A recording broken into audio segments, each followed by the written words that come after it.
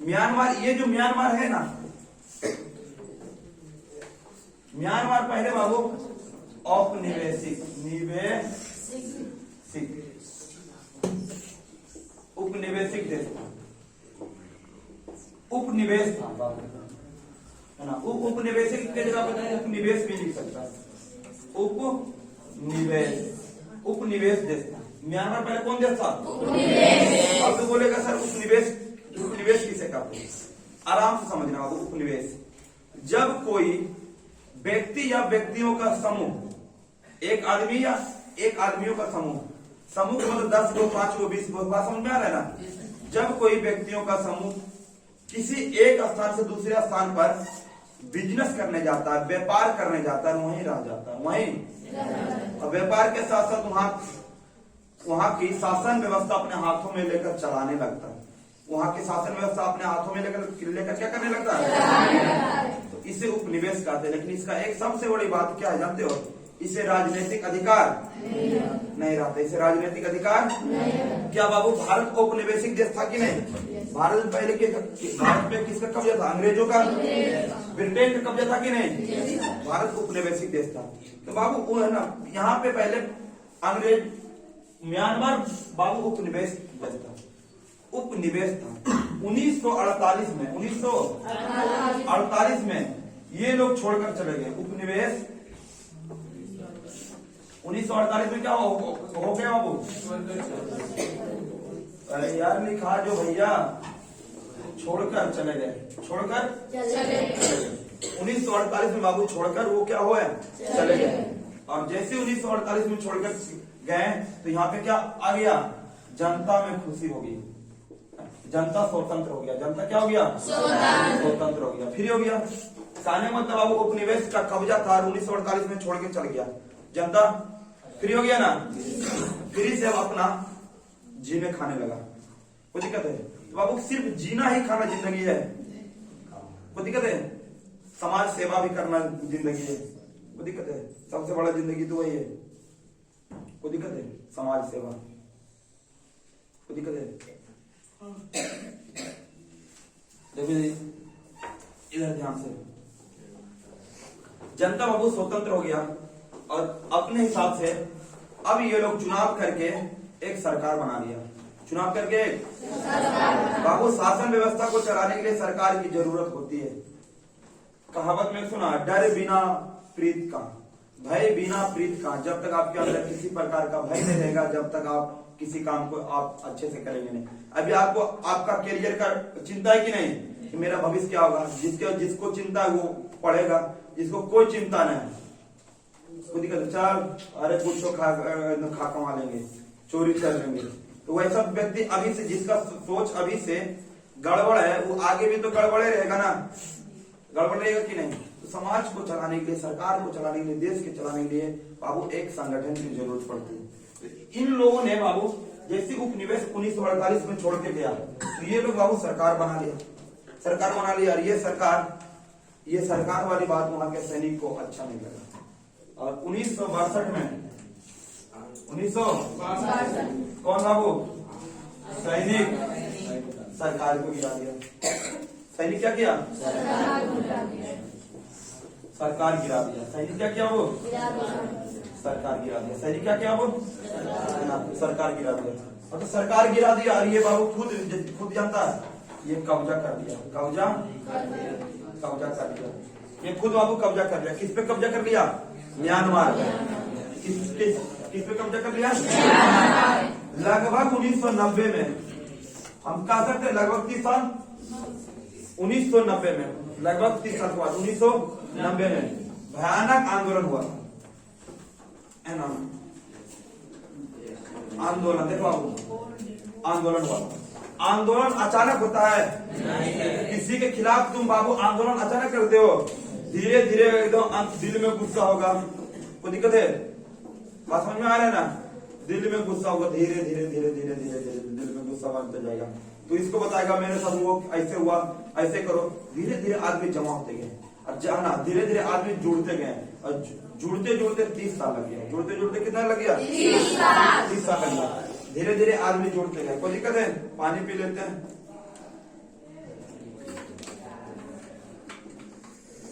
चलो देखे थे ध्यान से। और 1990 के आंदोलन, 1990 के आंदोलन में है ना बहुत भयानक आंदोलन हो गया था। और इसमें बाबू एक जनता के लिए एक पार्टी बनाया गया था, नेशनल लीग फॉर डेमोक्रेसी, है ना। 1990 में जो पार्टी था वो, ये पार्टी का नाम क्या था? National League for Democracy. देखो, National League for Democracy, National League for Democracy. Democracy का मतलब होता है लोकतंत्र। लोकतंत्र था किसके लिए? नेशनल लीग का मतलब लोग, राष्ट्र के लोगों के लिए स्वतंत्र लोकतंत्र। करेगा बकलो नहीं क्या कर रहा है मुखिया जी? सारा सिस्टम आप ही बिगाड़ रहे हैं। अभी से जनता को मत रिझाओ कि हम घर बनवा देंगे, लैट्रिन बनवा देंगे। पता चलेगा आजकल के मुखिया तो लैट्रिन भी खा जाता है। बस समझ में आ रहा है? देखो मुखिया जी पहले क्या कुछ कहना, कुछ मुखिया ईमानदार बने हैं, कुछ मुखिया बाबू, कुछ मुखिया हमारे बिहार की बात करें बहुत सारे मुखिया ऐसे भी जो बहुत ईमानदारी से बने हैं। जैसे मैथ के सर हैं विपिन सर, तो कोई दिक्कत नहीं है ना। मैथ का सर है बाबू विपिन सर, वो देखो कुछ मुखिया बाबू ईमानदारी से काम कर रहे हैं। और पहले मुखिया बाबू इंदिरावास खा जाता था, नाला रोड गली सब खा गया, अब लैट्रिन खाने लगा। लैट्रिन खाने को तो समझ रहे हैं ना।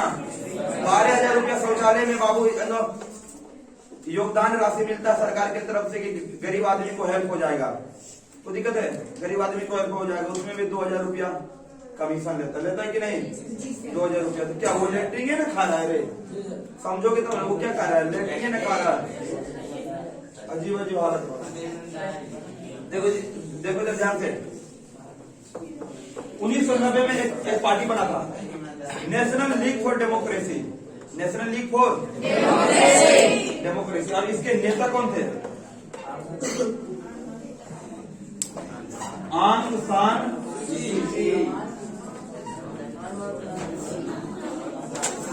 सान सूची। बाबू देखो इधर ध्यान से। इसके नेता थे बाबू नेशनल लीग फॉर डेमोक्रेसी के नेता थे आंग सान सूची। बाबू 1990 में नेशनल लीग फॉर डेमोक्रेसी को बहुमत मिल गया। इसको क्या मिल गया था? बहुमत। देख बाबू ध्यान से, इसको क्या मिला था? बहुमत। अब ध्यान से देखो अंशु, इधर देखो, जब इसको बहुमत मिला तो इसकी सरकार बनेगी कि नहीं? इसकी सरकार बनेगी ना। लेकिन कोई दिक्कत है, सरकार इसका बनने नहीं दिया। कौन? सैनिक बोला, वहां के सैनिक बाबू विरोध कर दिया, बोला तो बहुमत आया तो उससे हमें कोई मतलब नहीं, राज हमारा चलेगा तो हमारा चलेगा, राज हमारा चलेगा तो हमारा चलेगा। शादी किसी का भी लगा, सैनिक का कहना था वो, शादी किसी का भी लगा हो, बाराती किसी का भी जा रहा, हमें कोई मतलब नहीं है, दूल्हा बन के हम ही जाएंगे। ये होवे वाला बात था ना। लेकिन बाबू उसकी शासन था, उसके पास सैनिक की फौज थी। आंग सान सूची को उठा के जेल में बंद कर दिया। आंग सान सूची को उठा के क्या कर दिया? बहुत सारे जो नेता आगे बोलने वाले थे, इसको मेन नेता को, मुख्य नेता को नजरबंद कर दिया। नजरबंद का मतलब एक रूम में बंद कर दिया तो बीच में पड़े रहो। देख रहा ना, शादी किसी का भी हो, मौत पहनेंगे हमें यार। किसी का भी बहुमत आया लेकिन सरकार रहेगा हमारे इस सैनिक का। तो ये बाबू बहुत गलत था। और आज भी बाबू वहां संघर्ष चल रहा। आज भी म्यांमार अच्छे से स्वतंत्र नहीं हुआ, आज भी संघर्ष चल रहा है। और इसी के लिए बाबू आंग सान सूची को जेल में बंद कर दिया। इनके परिवार को कितना मरवा दिया, वहां के कितना जनता को लापता करवा दिया, मरवा दिया, कटवा दिया, इसका कोई वर्णन लेखा जोखा नहीं है। फिर भी आंग सान सूची जेल से भी इस आंदोलन को चालू रखा, आंदोलन को चालू रखा। इसलिए इसे शांति का नोबेल पुरस्कार भी मिला। आंग सान सूची को एक पुरस्कार मिला, शांति का नोबेल पुरस्कार मिला। इसको क्या मिला बाबू? शांति का नोबेल पुरस्कार। शांति का नोबेल पुरस्कार मिला। शांति का क्या मिला? नोबेल पुरस्कार मिला। बात समझ में आ रहा है कि नहीं? शांति का बाबू नोबेल पुरस्कार मिला। कोई दिक्कत है किसी को? अब देखिए इधर ध्यान से, इस तरह से बाबू वहां का लोकतंत्र मानो तो दब ही गया, आज भी वो अच्छे से वहां पे लोकतंत्र की स्थापना नहीं हो पाई। इस तरह से बाबू आपका धीरे धीरे लोकतंत्र की स्थापना हुआ। बात समझ में आ रहा है ना? आप अपने भारत के बारे में भी देखेंगे तो यहाँ पहले भारत ब्रिटेन का उपनिवेश था। धीरे धीरे हम लोग अंग्रेज से कितना संघर्ष किए तो 1947 में जाके आजादी मिला। आजादी मिला ना, इस संविधान में हम आपको अच्छे से पढ़ाएंगे। तब यहाँ भी लोकतंत्र है। क्या पहले यहाँ लोकतंत्र था? है ना? एकदम हम लोग अच्छे अपने ढंग से करते थे। तो है ना, यहाँ भी देखो अच्छे से लोकतंत्र चालू हुआ। आज हम लोग अपने मन से सरकार को चुनते हैं कि नहीं? जिसका मन हुआ जहां वोट हुआ दिया, कोई तीर में दिया, कोई बीजेपी में दिया, कोई जदयू में दिया, जिसको जहां मन होता देता है कि नहीं? कोई किसी का रोक टोक है ना? देख रहे हैं ना, जो देगा नोट उसको कभी नहीं देंगे वोट। तो लोग यही पढ़े रहे काले बाबू। आजकल देखते हो गाँव में 500 रुपये में अपना अधिकार बेच देगा बाबू। मतदान का अधिकार, ये कितना बड़ा अधिकार है शायद बाबू। अपना 5 साल के लिए अपना समझ लो सब कुछ बेच दिया। तो दिक्कत है। इसलिए बाबू जो देगा नोट उसको कभी न देंगे। तो दिक्कत है। या तो फिर ऐसे करो, जो देगा नोट उससे ले लेंगे नोट और उसके दिल पे देंगे गहरा चोट, ताकि है ना, ताकि भूल जाए बांटे में नोट, है ना। पैसा लो, वोटे मत दो, ताकि अगला बार से भूल जाए।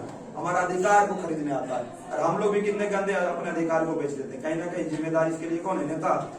हम वो तो अपने कुर्सी के लोग में कुछ भी करेगा, लेकिन समझना किसे है? नेता को भी हमको, हम लोग को समझना है ना बाबू। इस तरह से आपका म्यांमार का हो गया। अब हम लोग पढ़ेंगे बाबू 2 शब्द पे और ध्यान देंगे। वो दिक्कत है। एक बार फिर से बाबू 2 मिनट के लिए ध्यान देंगे लोकतंत्र पे और गैर लोकतंत्र पे। तो दिक्कत है।